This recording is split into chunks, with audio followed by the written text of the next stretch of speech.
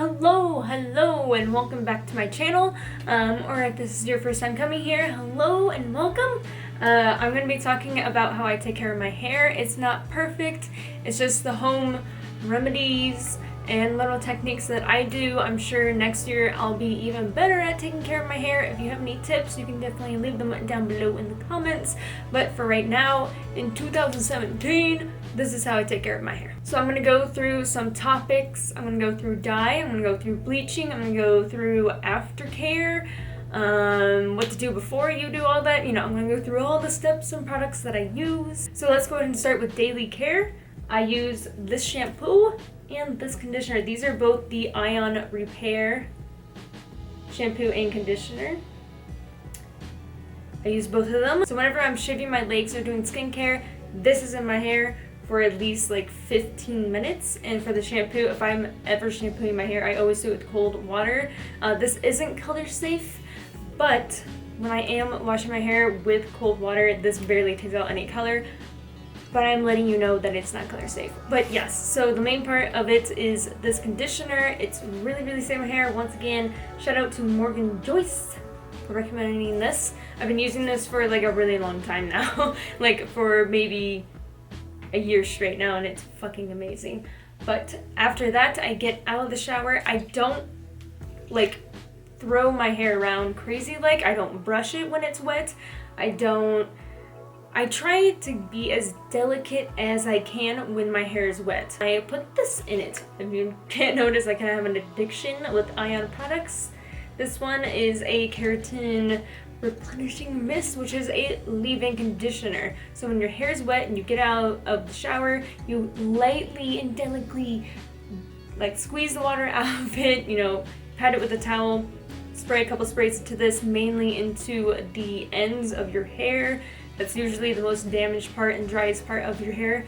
I put this into it, and this will help you a little bit with blow drying your hair as well. So it acts as a heat protectant, but it's not an extreme heat protectant. So I'll blow dry my hair, go to bed, wake up, straighten my hair. That's it. I don't put hairspray in it. I do spray this in it before I straighten it, but that's really about it. But yeah, I straighten my hair probably once a week. It matters, like, I don't have to straighten my hair again until I wash my hair again. My hair is extremely curly, like Shirley Temple's that is. I don't know the exact, because I know they have like curl 4 or like C4 or something, or C3. It's like the curl textures. I don't know what mine is. Everyone, when I was little, used to call me Shirley Temple, so it's like that kind of curly.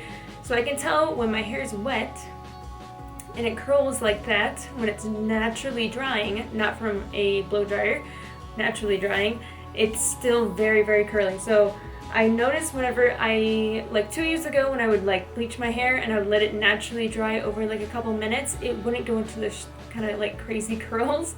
So if you have curly hair, that is one way to tell like if your hair is doing all right or not. Usually if you damage it a lot, the curls will start to give up. So that's a little tip. Now let's talk about whether I'm getting ready to bleach my hair. So this is 2 weeks before I bleach my hair. I will be doing like the daily conditioner and conditioning, all of that. But every now and then, like once a week, I will put coconut oil in it. I know sometimes people will bash on this, but it's actually pretty good. But only once a week before I do the bleaching, I put coconut oil in my hair. But I make sure that it's virgin coconut oil, unrefined and cold pressed. I realize that this is probably the best one to use. If you use like other ones, I realize that it's like mixed with other products and you don't really want that. This is in the cooking aisle, so you can get that. It is a little bit higher on the price scale. I was actually surprised by the price, but it's not that bad, so yeah. The day before I start processing and dyeing my hair, I will put this on the ends of my hair as I sleep, and then wake up the next morning, put all the bleach on my roots, make sure it's good, and then I will apply more of this on my hair, so I'll just apply it on the ends, and then I'll go all the way up here until I hit my roots, or however far my roots are. And then about 10 minutes before I can tell that my roots are gonna be done, I get my color stripper and I apply it to my hair, only leave it in for like 10 minutes, and then I wash it out. And then my hair is completely blank.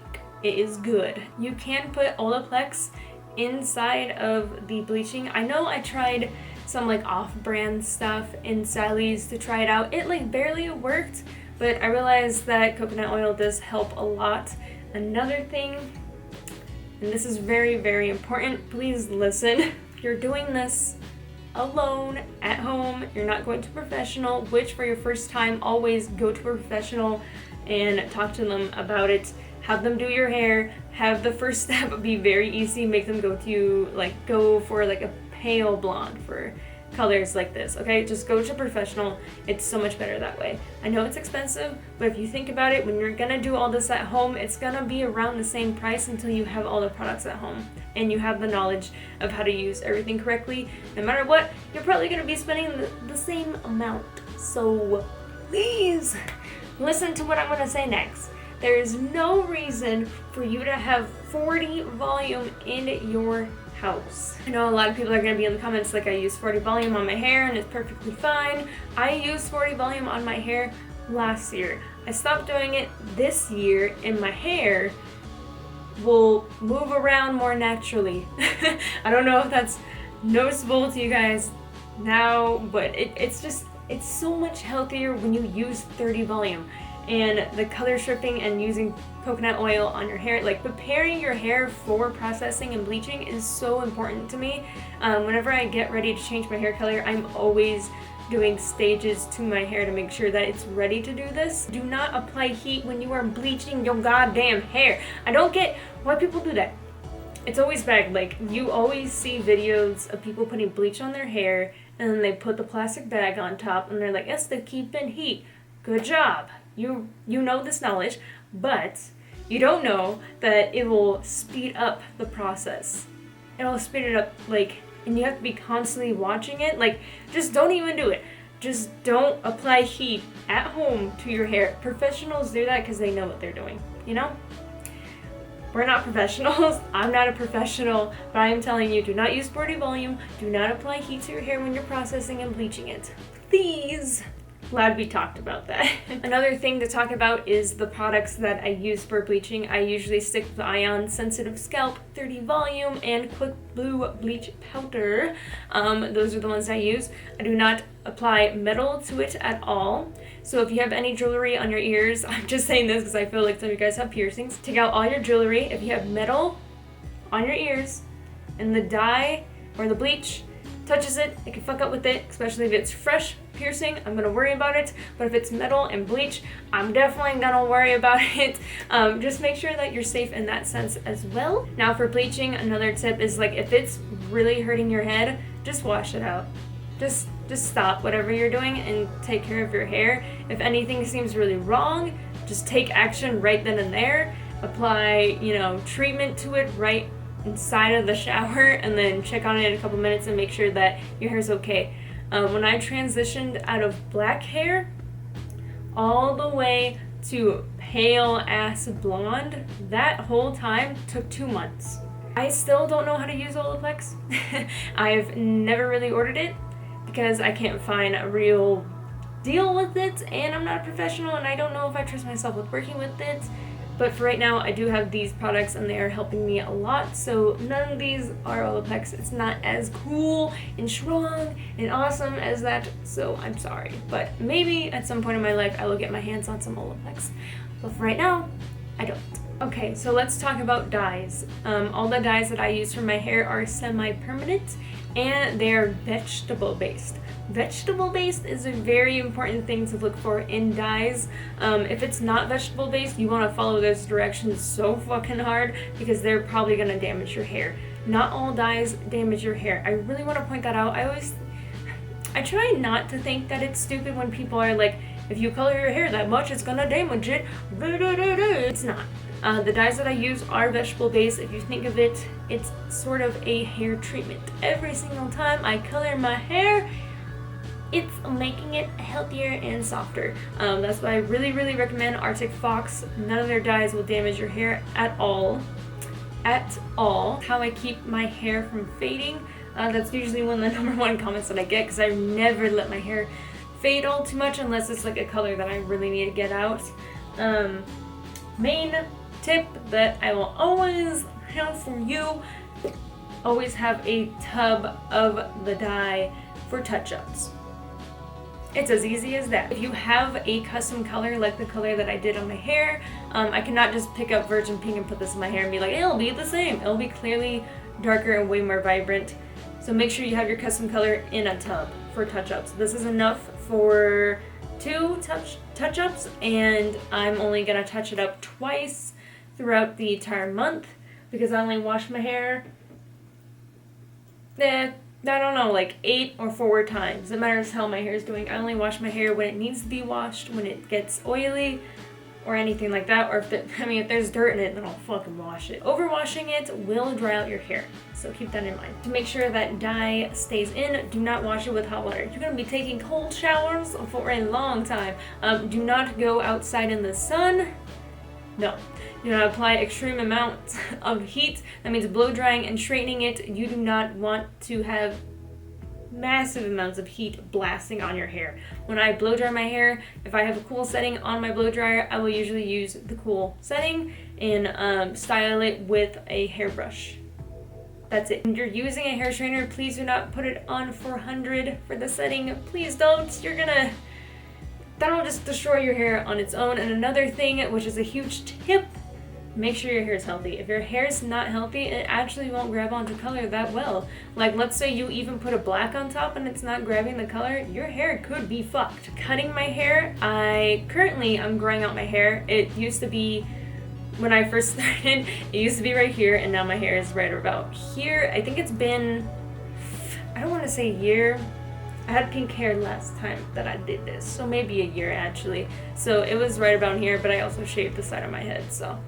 I, at most, would do it twice a month, and then sometimes I do it like once a month, but nowadays, every 2 months I will trim my hair. It's always good to get professional scissors. I don't want to see anyone trimming their hair with this. It's a bad idea. Do not do this. Get actual scissors. And I don't want to see like paper cutting scissors that are dull as fuck. Get some like real scissors. I have thinning scissors. You can tell by the teeth that these are thinning scissors. You can get normal scissors as well. Just make sure that they're actually good and professional scissors. Please though, it will help you a lot. Those are all the tips that I have to aid hair growth. I know that there's vitamins out there. You can do more treatments to your hair like the ones that I've shown you. When you're in the shower, you can give your head a nice massage. That will like increase blood flow and make your hair grow a lot longer. That helps me a lot. You can make sure that you don't start teasing your hair. I don't use hairspray anymore. There's a lot of things that you can do for your hair. So in the comments, you can list the millions and millions of things that you can do to your hair to improve hair growth. Let's go into the questions that you guys asked me on Instagram and Twitter. So the color Sterling Silver, should purple shampoo be used to keep it gray, or would that just strip the color? Thank you. So whenever I do a gray, either I will start to tone it out. Toner is basically to get rid of any kind of yellows. It will not get rid of orange. You have to be pretty fucking pale blonde to get away from orange. So make sure you have that pale blonde yellow. Use a toner in it for like 15 minutes, wash it out. It should be pretty white. You can use, 16 Wella something. It's not in my mind right now, but Wella, you can use that on your hair and can get it pretty gray for you right there. And then just put in the Sterling Silver for upkeep. Silver, you might have some problems with it fading out, but honestly, the upkeep for silver is so easy.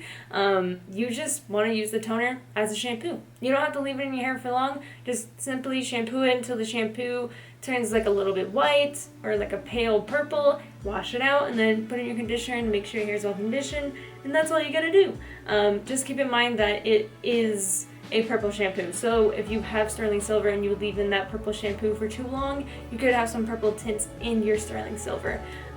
So just keep that in mind. I would love some tips on how to get semi-permanent dye to take better to my hair.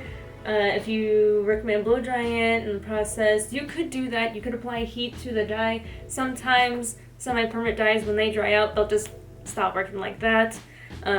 It's with like a lot of other hair products.